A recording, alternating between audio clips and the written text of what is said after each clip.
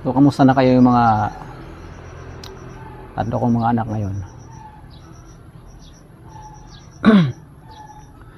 Sa totoo lang kasi mga kaibigan, no, ang gusto ko sana ay makapag-message sila sa akin, no, kasi nakailang ano na ako, kailang chat na ako sa kanila. Ay pa, no, nasa pa mo. Nakailang chat na kasi ako, no, sa ano ko, sa panganay ko. Pangalawa at saka yung bunso ko mga kaibigan, no. Ay ni isa wala silang ano, no, wala silang response sa ano ko, sa chat ko mga kaibigan. So kahit sino naman, no,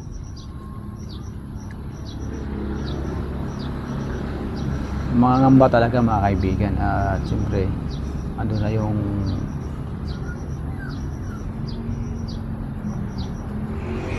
pag-alala mga kaibigan,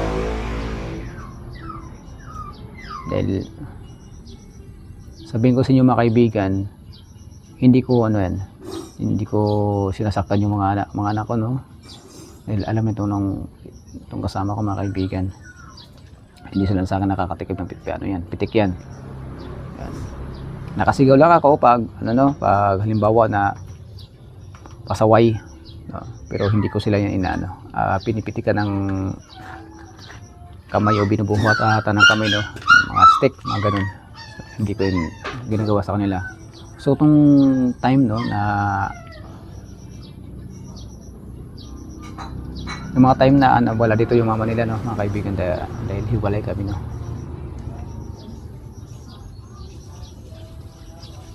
Then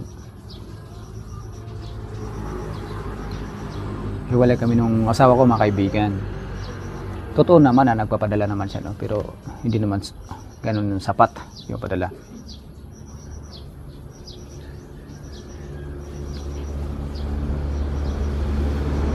Sa isang linggo mga kaibigan, yung padala nasa around 500 yung pinakamataas na padala niyan, 1,000, no, 1,000 pa sa 1,000 kasama na yung bill ng niyan, ng kuryente. Yan. Pag ako dito sa bahay mga kaibigan, hindi naman ako dito pabaya, no. Hanap na ako, as in naghahanap naman talaga ako ng paraan para yung ibang mga pangangailangan dito, no, makukubiran ko, no, dahil ayoko na sabi natin pabigat, kaibigan. Yan. Yung obligasyon niya bilang ina, hindi niya nagagampanan, no, mga kaibigan. Mali yung nagawa niyan, mali. Ako na, tsaka yung itong kasama ko mga kaibigan. Yan. At hindi ko nga alam kung bakit nakakaganyan yung mga anak ko, dahil dati-rati pag dito sa bayan mga kaibigan, wala naman akong problema dahil masaya naman kami, kami nagluluto at pagkain. Ako yung naghatid sa school, no, hatid sundo. Yan. Pag wala akong pera mga kaibigan, talagang walang baon. Pero hanga pa rin ako dyan sa tatlo kong anak dahil na kontento sila, no, sa buhay na simple lang. Kontento sila sa buhay na kung meron, okay. Kung wala rin. So yun yung mga nagugustuhan ko sa tatlo kong mga anak, mga kaibigan, dahil kahit paano nakakaintindi sila, no, sa buhay na pobre, wala. At yung dumating yung time na umuwi yung mama nila, no, dito sa bahay ng kanyang nanay, diyan sa kabila, kaibigan. Hindi ko alam, pero alam na nung panganay ko, alam ko yun, pati yung pangalawang anak ko, alam na nila yung mama nila umuwi na galing sa Manila. So ako naman tong tatay, no, kasi gusto ko i-support yung mga anak ko, no, kung saan sila masaya. Yung bunso ko at yung pangalawa ko mga kaibigan, gusto nila mamasyal lagi doon sa lula nila, kasi doon sila nagwa-wifi pag halimbawa na walang pera panhulog sa internet dito, no. Bali rito, piso wifi yung gamit namin dito. Kahit ngayon mga kaibigan, no, naka piso wifi ako diyan. Naghulog ako diyan ng tagli 5 piso lang, no. At nagtitipid lang para makapag-edit ako ng video ko, mag-upload ako ng video ko mga kaibigan. Then, dumating yung time na ando na pala yung mama nila sa kabila. Nagpaalam itong dalawa kong anak, no, yung bunso at saka yung pangalawa, na mamasyalo kay Kalula na. Hindi ko talaga matensyon mga kaibigan na hindi ko papayagan yan. Hinahatid ko pa yan doon sa kabila, no, para kahit papalin, papado to, mabanding nila yung isa nilang kapatid ng mga kaibigan, yung pinakapanganay namin. Yun, kasi tiwala naman ako at syempre ay yung lula, mabait naman talaga yung mga kaibigan. As in, wala akong masabi, no? Wala akong masabi sa pamilya ng nung babae. Yung ni Renalyn, mga kaibigan. Then, nung time na mga ilang araw pa mga kaibigan, no, nung namasyal kami sa sa plaza, doon sa pinakaano namin, pinaka-plaza namin dito, no, dito sa Banga. Then, yun. Makikita ko naman yung yung si Renalyn kasama yung tatlong anak namin, no, at saka isa yung anak ng kanyang kapatid na babae, no, si Rowena doon. Nagtataka lang ako mga kaibigan kung bakit ganun yung mga pag-ugali, no, at behavior ng mga bata, no, parang wala na sa akin, wala na silang pakialam. Ramdam ko yun mga kaibigan, pero hindi ko yun no, hindi ko pinapasok sa isipan ko yun kung bakit gano'n. Pero alam ko na yun kung bakit na mga kaibigan, dahil kasama nila yung mama nila. Ando na yun, 100% na yun, naka-brainwash na yung utak ng mga bata, no. Pero sana masasabi ko na kay kay Renalyn,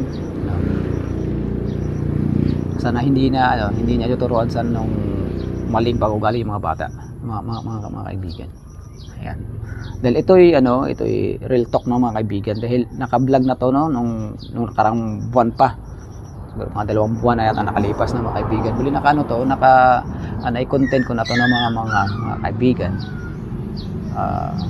By the way, kasi nung time na nag-vlog ako, wala akong mic, no, mga kaibigan, kaya nakadikit halos sa akin yung itong cellphone ko, mga kaibigan. Ngayon, nung nakabili na tayo ng mic, mapapansin nyo, no, naka-distance sa akin yung camera. At hindi ako nakapagsuot ng nung eyeglass ko, dahil sobrang labo, no, malabo masyado sa akin mga kaibigan pag malapit sa akin yung cellphone. Kaya nagamit ako ng yung sunglasses, no, yung pang reading glass. Yan, nagamit ako diyan pag halimbawa na masyadong malapit, hindi ko na makita. So yun. At yung ngayon pag graduation, no, hindi ako nakapag-attend ng graduation mga kaibigan. Bali nagmatiyag lang ako ron, dahil andyan naman yung mama nila, no, para ma-appreciate yung kahalagahan ng kanilang nanay, no.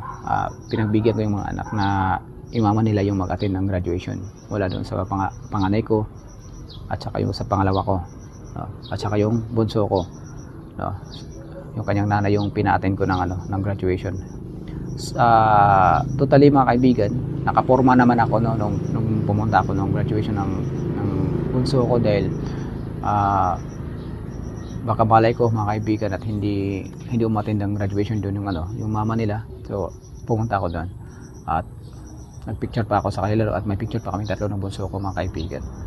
Di pagkalipas ng mga ilang araw, mga kaibigan, hindi nag-chat sa akin yung mga anak ko, si Princess, si Toto at saka si Bunso. Hindi na sa akin hindi na sa akin nagme-message, no. Pero sanay naman talaga ako mga kaibigan. Since nandun ako sa Maynila mga kaibigan, hindi naman talaga sila nag-update sa akin. Kaya lagi ako nagagalit sa kanila nung nandun ako sa Manila, na gusto kong mangyari, no, pag ganito sila dito sa probinsya, sa bahay.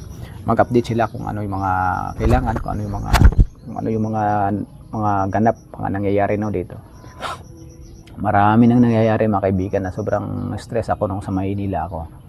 Dahil unang-una, pag nagkaroon silang problema rito, magpapahatid na sila sa akin ng message yan o chat pag mayroon nang nangyaring hindi maganda, no. Kagaya sa panganay ko na natumba, no, bali nahilo yan mga kaibigan. Gawa niyang cellphone, sobrang babad sa cellphone. halos siguro wala nang tulog, no. In short, mga kaibigan, umuwi ako rito sa Manila. Pag-uwi ko rito, ano, lahat ng bahay, lahat ng loob ng bahay na ito, mga kaibigan, para sabihin ko sa inyo, no. Unang bungad ko pa lang rito. Ito, nasa harapan ko na to. Ito sa may sapayan. Parang talahiban na ho yan, mga kaibigan. Parang talahiban na to. So, noong unang araw pa lang nung pagdating namin ng umaga rito, mga kaibigan, grabe na talaga yung ano rito, yung naadat na namin, mga kaibigan. Then nung pagpasok namin ng loob ng bahay, dito sa loob ng bahay, pansin mo yung ano na yun, yung malaking timba dyan sa loob. Halos ano yan, halos maraming lamok na namamahayan na ng lamok. Ano na yun, yung balding malaki. Naintindihan ko naman yan, mga kaibigan, kung bakit. Meron naman tubig dito eh. Nawasan naman ng tubig dito, mga kaibigan. Nagpapasalamat rin ako kay Bro Totong, no? Kay Alexis Rezos, na nakikiusap ko sa niya, nakabitan to ng tubig. So maraming salamat sa kanya, no? Kay Bro Totong, dahil lahat ng mga request ko, no, at pakikiusap ko sa kanya, so pinagbibigyan niya ako rin yan, no? Pinagbigyan niya ako. So thank you so much, no, bro. Nakasubscribe sa YouTube channel ko, mga kaibigan. Then nung araw pa lang na yun, mga kaibigan, hindi kami na mahinga hanggang hindi to naubos na ano, no, na labahan. Ang daming labahan, 3 araw na labahan, mga kaibigan. Hindi ko alam kung bakit hindi sila naglalaban, mga kaibigan. Lahat hindi na inaasikaso. Yeah. Then nagmatsyag lang ako, no. Pinapakiramdaman ko lang yung mga bata dito sa loob. Yan. Halos ano na talaga, halos na-addict na talaga sa cellphone. Nagagalit na ako, no, dahil walang control sa cellphone, mga kaibigan. Sa oras ng ng pagtulog, dapat alas 7 natutulog yung mga bata, o 7:30. So minamatyagan ko lang sila, no, kung andun pa ako natutulog sa may taas na yon, yung sa may pinaka na yon, sa may bihisan ko, doon ako natutulog. Biglain ko lang yung pasok yung kwarto ro, nako, ando pala sa may hagdan, alas 10 ng gabi, no, alas 11, alas 12, ando sila sa may hagdan, no, nakatutok sa cellphone, nag-i-email. Kinabukasan, tinabura ko na yung mga apps, mga email, binura na ban. Pero ngayon, hindi ko na alam kung anong gagawin nila, dahil andun na sila sa mama nila. Pero mensahe ko lang kay Rinalyn, na i-guide niya yung mga bata, no, yung tamang pag-uugali, hindi yung i-brainwash niya yung mga bata, no. Yan, yun lang yung masasabi ko. At huwag niyang itago sa akin dahil gusto ko makita yung mga bata. Tama, mga kaibigan, yun lang yung masasabi ko, no. Kung talagang saan sila ngayon, no, sana diretso yung pag-aral nila, at ibigay nila yung contact number sa akin ng anak ko, dahil kailangan ko silang mapadalhan, mga kaibigan. Lalo na nung nakarang buwan. Itong week lang, no, mga kaibigan. Gusto ko sana padalhan kasi pag April, May, mag-June, no, pasok ka na. Gusto ko sana padalhan. Nakapag-chat na ako kay Bunso, dahil si Bunso lang naman kasi yung anak ko na malapit sa akin. Pero hindi ko alam, mga kaibigan, dahil binila siya nung cellphone ng mama niya. Siguro yung gumawa ng account noon yung mama niya, kaya nakokontrol niya yung mensahe na nababasa niya, no, ni Bonso, no. Kaya yun, kinokontrol niya. Pero sa mga oras na ito, mga kaibigan, no, mga time na to, hayaan ko muna sila. Yun. At antayin, at andito pa rin ako, no, na mag-antay na kanilang message, no,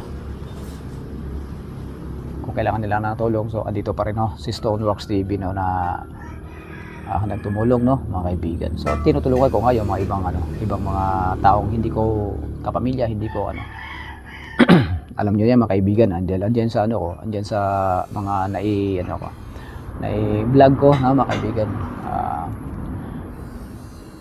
Marami na tayong natulungan sa maliit na halaga, o at least appreciate din yun ng mga tao.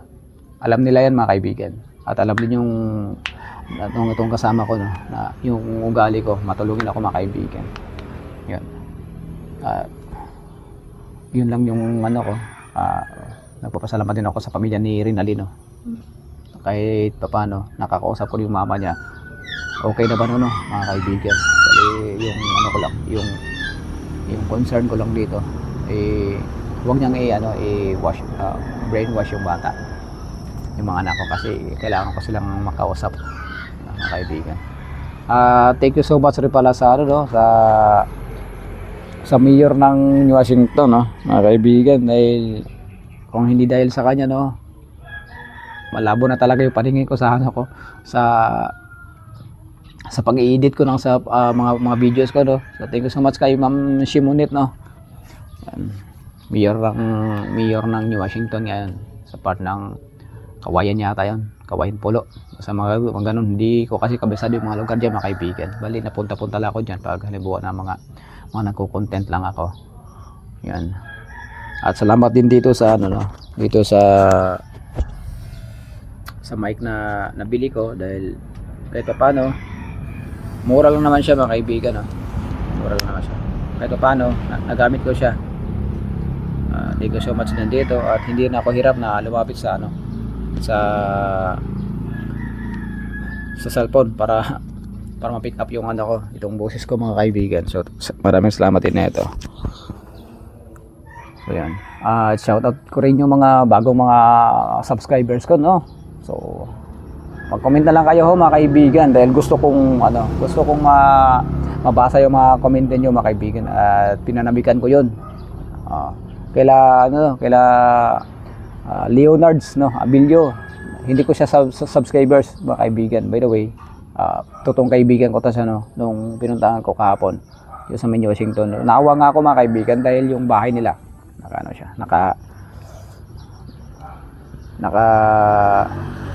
nakalutang lang sa tubig, mga kaibigan. Yun. Shoutout ko rin yung mga bagong mga subscribers ko kila KFTV at saka Trade Channel. So shoutout din sa yung mga kaibigan. Magandang araw sa ating lahat mga kaibigan.